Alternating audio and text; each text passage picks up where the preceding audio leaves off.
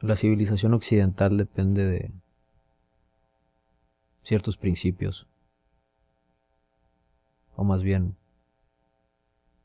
fue construida sobre ciertos fundamentos, digamos, metafísicos. Y uno de ellos es que el logos es sagrado. El logos refiriéndonos aquí a la articulación de la verdad o a la búsqueda de la verdad a través de la retórica o del lenguaje. En el sentido griego, ¿no? Es un principio socrático.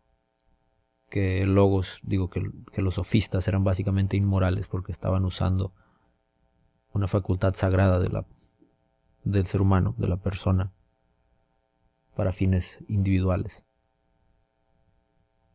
y no para el bien en sí. Y el logos es una facultad sagrada porque es lo que nos da, lo que nos permite acceso a la verdad como seres, como animales incluso, ¿no? Digo, es gracias a la articulación, es gracias a nuestra habilidad de articular, de representar lo que se presenta en la percepción y en la interocepción con lenguaje, lo que nos ha permitido desarrollar la civilización que hemos podido desarrollar.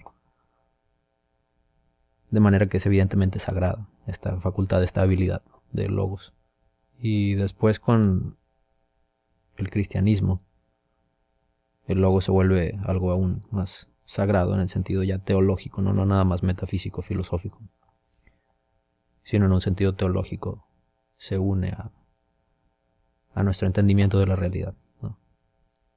Porque, bueno, porque Jesús es el verbo encarnado, ¿no? El logos hecho carne, el logos hecho físico. Y la razón por la que se concluye que somos hijos de Dios, que tenemos una chispa de divinidad, que tenemos un alma, es porque nosotros tenemos una habilidad que es análoga a la habilidad de Dios de formar orden o formar cosmos del caos, ¿no? Para que así todo pueda existir y nosotros podamos siquiera existir. Esa habilidad se entiende que nosotros la tenemos, que tenemos un derivado, un análogo de esa habilidad, de esa facultad, simplemente dada a nosotros, debido a este acceso que tenemos a través del lenguaje a la verdad que existe en la realidad allá afuera en sí, ¿no? Por así decirlo, porque digo, el principio del logos es que hay una verdad y que nosotros tenemos acceso a esa verdad, no es una proyección de nosotros ni nada de esto, sino que es algo que existe en realidad y nosotros tenemos acceso de alguna manera a través de esta articulación del lenguaje, ¿no? Y entonces de esta manera Sócrates y el platonismo obviamente y el cristianismo le dan un tinte moral a hablar, ¿no? A articular, a tratar de articular la verdad. Y eso es muy interesante porque creo que de eso dependió todo el avance de la civilización por muchos siglos. Y creo que últimamente nos hemos olvidado de eso. Creo que últimamente creemos que la única manera de acceder, digamos, al logos, o más bien de acceder a la verdad allá afuera es de una manera científica, más orientada matemáticamente. Y creemos que ese tipo de verdad sí existe allá afuera, ¿no? Que esa verdad científica sí es una que accesamos a través de este otro logos, por así decirlo,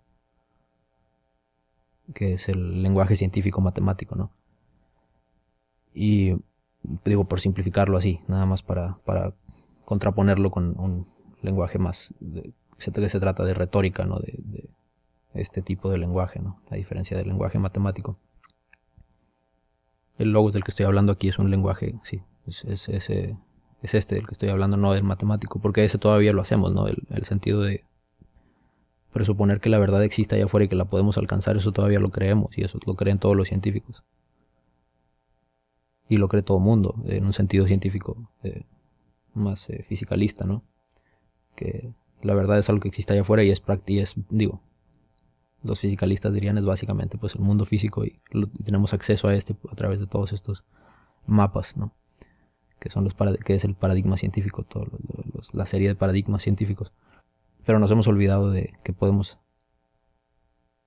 o de que arribamos a la verdad también de una manera retórica, con la articulación del lenguaje en sí. Y para esta forma es diferente porque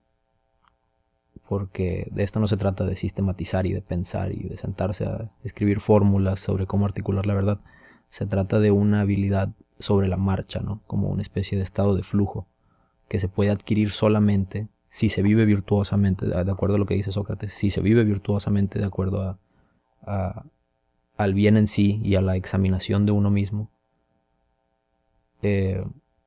Si se vive día a día de esta manera, entonces lo que sucede cuando hablas es que simplemente dejas como intuitivamente que el lenguaje fluya y tienes como una especie de juez que justo antes de que salen las palabras de tu boca está, digamos, juzgando la verdad en tiempo real sobre la marcha. No es que hayas escrito un discurso antes.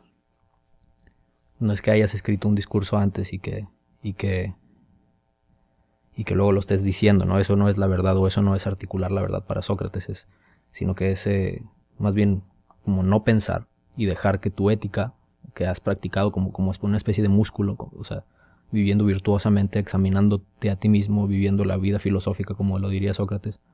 Y entonces cuando hablas, este espíritu, esta técnica, habilidad que has desarrollado con práctica del día a día, simplemente brota y crea la articulación de la verdad sin que tú lo estés, digamos, preplanificando, pero no es tampoco como algo espontáneo, así que te dejas llevar por las emociones, es precisamente, es perseguir la razón, pero es de una manera no planificada, ¿no? Y bueno, esta idea de que la verdad, de que la articulación de la verdad es algo como no pensado, no planificado, o no más bien no pensado, sino no planificado, no preplanificado, o sea, sin guión, te da como una... pues tiene como un acento de no muy académico, ¿no? O sea, parece como, o sea, los académicos no viven de esta forma, no hacen su trabajo de esta forma. Los filósofos académicos, por ejemplo, no hacen su trabajo de esta forma, porque pues algo académico se trata de conocimiento, se trata de cosas preestablecidas que puedes repetir, que puedes enseñar, que otras personas pueden a su vez enseñar a otras personas. Y para esto es de alguna manera mejor, sí, preplanificar la articulación de la verdad, ¿no? Si vas a decir sobre teoría filosófica, sobre historia filosófica, es como se tiene que hacer, pero a veces creo que se olvida la idea de que viene del nacimiento de la filosofía, de que articular la verdad es algo sin preplanificarlo. Es algo que debe ser un análogo de tu vida, debe ser un análogo del modo en el que aproximas a la realidad, en el que aproximas tu vida. Así es como hablas, si es que dejas que solo fluya, ¿no? Por eso podemos ver, por ejemplo, Sócrates ponía el ejemplo de los sofistas, o más bien no ponía el ejemplo, criticaba a los sofistas por ser estas personas que preplanificaban sus discursos, que para Sócrates era como algo no muy, como ya dije, pues no muy admirable, ¿no? Y se prestaba para la falsedad, aunque en este punto académico que lo acabo de decir se presta para la verdad y para enseñar, para lo pedagógico. En el sentido de los sofistas se presta para la manipulación, ¿no? Para la manipulación de la atención. El tema de bullshit, como diría Frankfurt, ¿no? En su ensayo. Que es como que no es decir mentiras, sino es hacer que las personas dejen de pensar que mentira o verdad es importante. O sea, manipulas hacia dónde están viendo, digamos, de manera abstracta, con tu lenguaje no para decirles mentiras, o sea, no en una manera de decirles mentiras porque eso como que le da valor a la verdad. Eso no es el bullshit en las palabras de Frankfurt, sino que es hacer que te deje de importar el concepto de verdad o mentira o la diferencia, ¿no? O sea, desmoralizarte de alguna manera a través de manipular tu atención. Y esto es la sofística o es el sofismo en Atenas, en el tiempo de Sócrates, ¿no? Y él fue la innovadora persona que llegó y dijo, ¿saben? Esta habilidad que tenemos de articular es nuestro único acceso a la verdad en sí.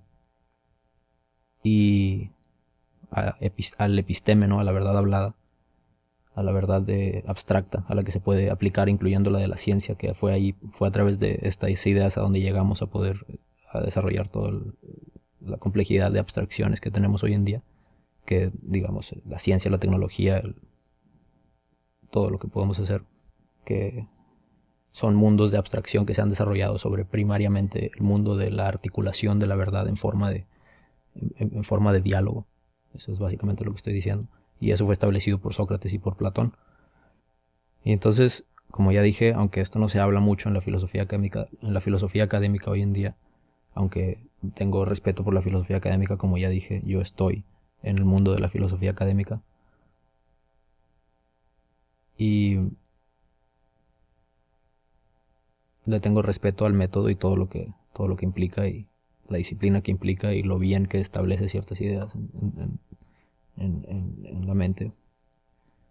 Pero a veces, pero en el tema específico de la filosofía, no necesariamente en otros temas, en el tema específico de la filosofía, no hay que olvidarse de la tradición socrática de simplemente articular la verdad sin preplanificar lo que se va a decir y dejar que el juez, que es este como daemón, por así decirlo, que está juzgando palabra o más bien frase por frase o idea por idea, las cosas que van saliendo de tu boca, las cosas que vas articulando sin pensarlo y solo sobre la marcha las arma, las estructura para que aproximen la verdad, ¿no? Y esta es una habilidad que practicas, digamos, no es un algoritmo, no es algo que está formulado y puedes simplemente aplicar a diferentes contextos sin batallar. Se trata de batallar, se trata de que es sobre la marcha, es procedimental, ¿no? No es, o sea, ese obviamente, como es lenguaje, es en parte semántico, o sea, es en parte proposicional, pero esta habilidad de juzgar tus palabras sobre la marcha, de juzgar tus ideas sobre la marcha cuando estás aproximando la verdad en un diálogo, esta es procedimental, es como andar en bicicleta, a diferencia de conocimiento que se transmite con lenguaje. Y entonces tienes que practicar, viviendo de manera virtuosa, la guía de la autoexaminación, la aproximación al sí mismo, si lo quieres ver de forma junguiana, la aproximación hacia el bien. Y entonces, cuando hables, vas a poder confiar en que tus palabras están guiadas hacia el bien. Y no vas a tener que pensar, digamos, tanto, ¿no? O sea, no vas a tener que tener tanta autorreflexión cuando estés hablando, a menos de que te atores en un lugar u otro y para salir de ahí. Pero entonces vas a poder, o sea, fuera de esas situaciones, vas a poder hablar de manera fluida sin pensar. Porque hablar, como ya dije, no es un algoritmo, no es discurso, no es un discurso escrito, eso es otra cosa. Eso no es la articulación de la verdad de manera socrática.